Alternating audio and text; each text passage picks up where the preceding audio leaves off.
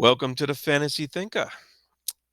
I am Jared Kodamich, and today we are going to be doing a full review of The Killing God, Book 3 in The Great God's War by Stephen R. Donaldson. I am also going to be reviewing the whole trilogy because I just finished the third book, and the other books came out, a few years ago, what have you. But mostly, I'll be focusing on the whole trilogy. This is going to be a non-spoiler review. Um, I may give away a few names in the second and third book that don't appear in the first one, but I don't think that's going to be too spoilery, and I don't think it's going to give away anything that would interfere with your enjoyment of this series. Um, so first things first, as I finished this book, I was overcome with emotion. The cathartic release was nearly overwhelming, like get the tissues out kind of thing. And so this was the ending of this series. It was like a nearly perfectly packaged trilogy. Um, and I think Donaldson set it out to be that way.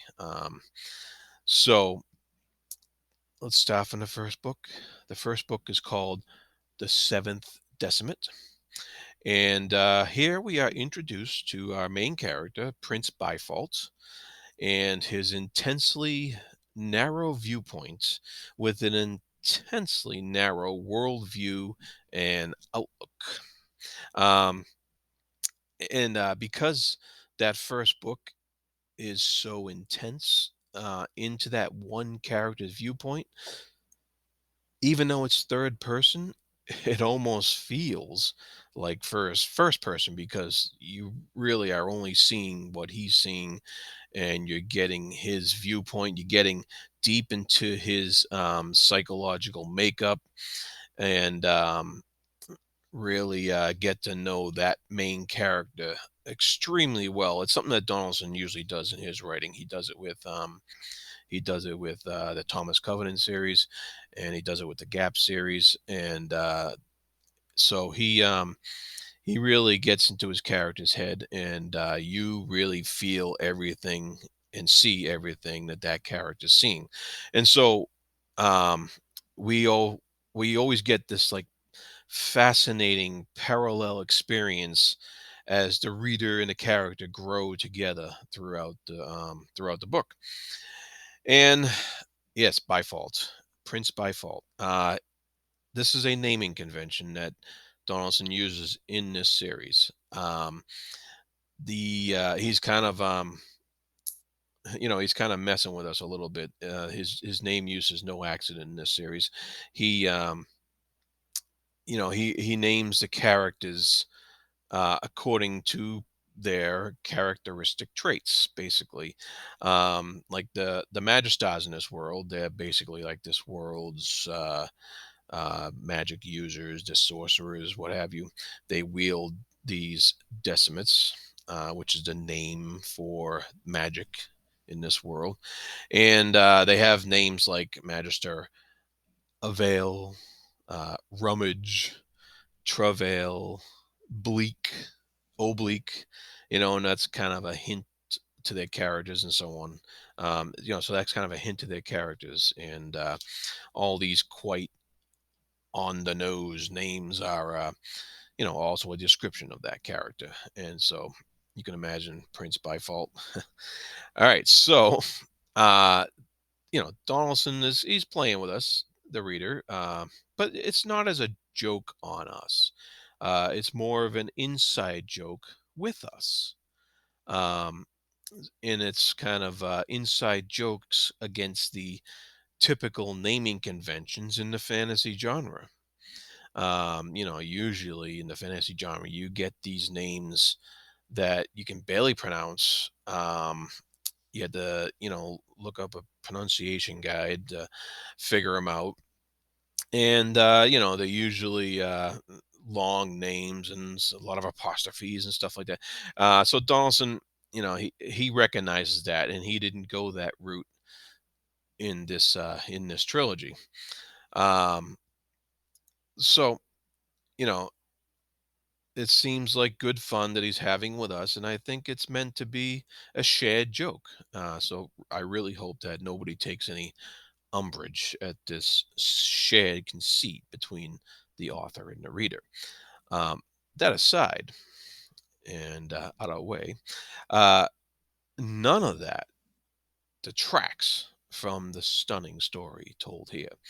In typical Donaldson fashion, um, we get through that first book with that narrow view, and then that view suddenly expands into this broader vista in the second book. The second book is called The War Within, and it is aptly titled to reflect that transformation, to reflect the fact that the characters have to overcome every personal bias and preservational instinct in order to rise above themselves to prepare for a much greater threat. That threat is the great god Ryle. Yes, that's right. Because, what do? They rile up the followers, right? Um, and that's not really a spoiler because this trilogy is called The Great God's War. That's God apostrophe S singular. So this is the guy, right?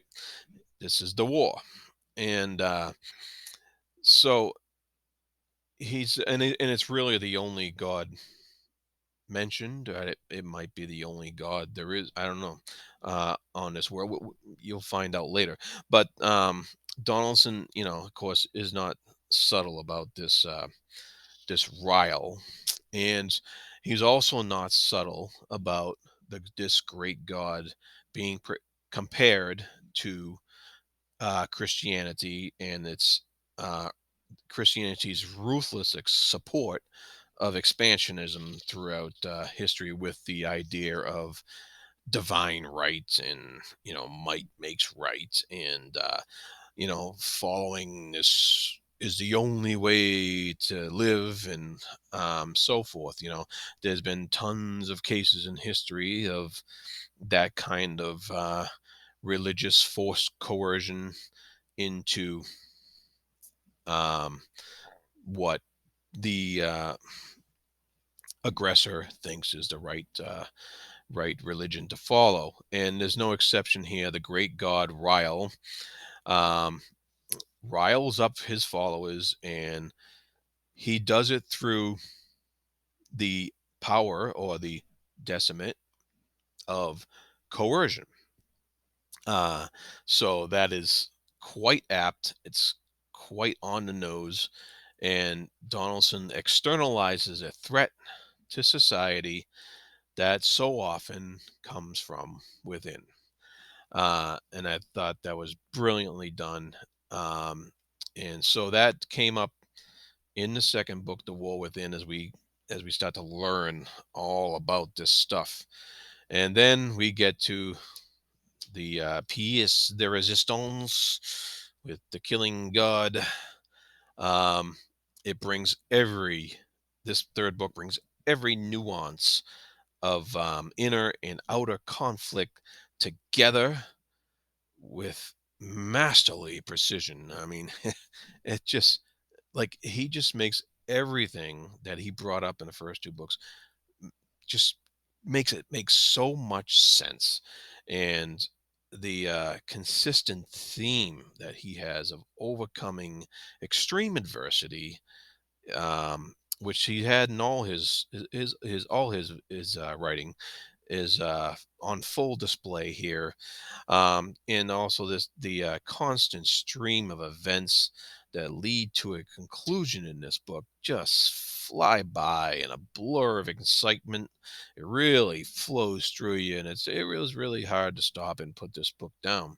Like I had this book, in a certain place that I read it, and when I was somewhere else reading something else, I was kind of like, I kind of wish I had this with me. I can't. It's kind of big and heavy, so can't carry it everywhere. But that was how I felt. I didn't want to read anything else. I wanted to read that.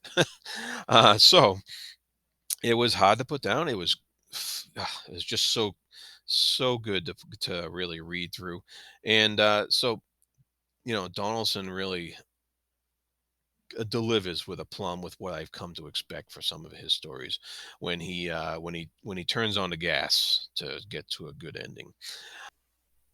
Also, one little note about the magic system in this series is the magic is called decimates, and each decimate is associated with a different element or something like that, like fire, lightning, what have you. And so decimate, of course, means to kill or destroy in some manner, like the old Roman definition of decimate was like to kill the 10th guy in a squad or something like that, for whatever reason it was.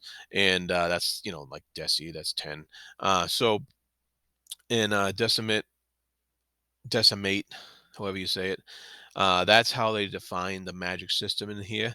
It's pretty simple how he goes about it. It's not like a hard magic system that every little thing detail is explained about the magic system, but it's pretty straightforward enough that you don't really need too much explanation. But the other than that, decimates are either used to kill or destroy.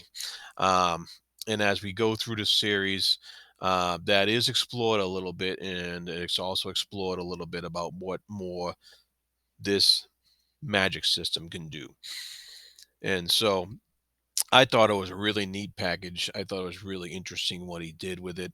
And it also was something that, you know, it, this was a tightly packaged trilogy. If Donaldson wanted to go into the magic system more, he could have easily stretched this out to like 5, 6, 10 books, whatever. But I am so glad that he kept it as a tightly packaged, um, or a tightly woven story within the book there, because it just made it all that much more enjoyable and really fun. Um, so the ending is extremely satisfying.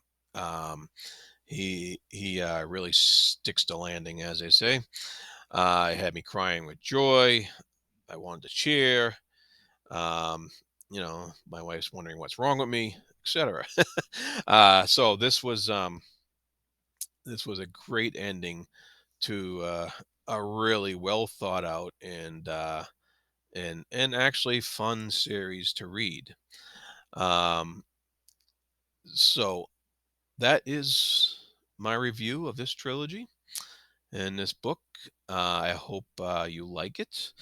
If you like this review, please like and subscribe down below. And thank you.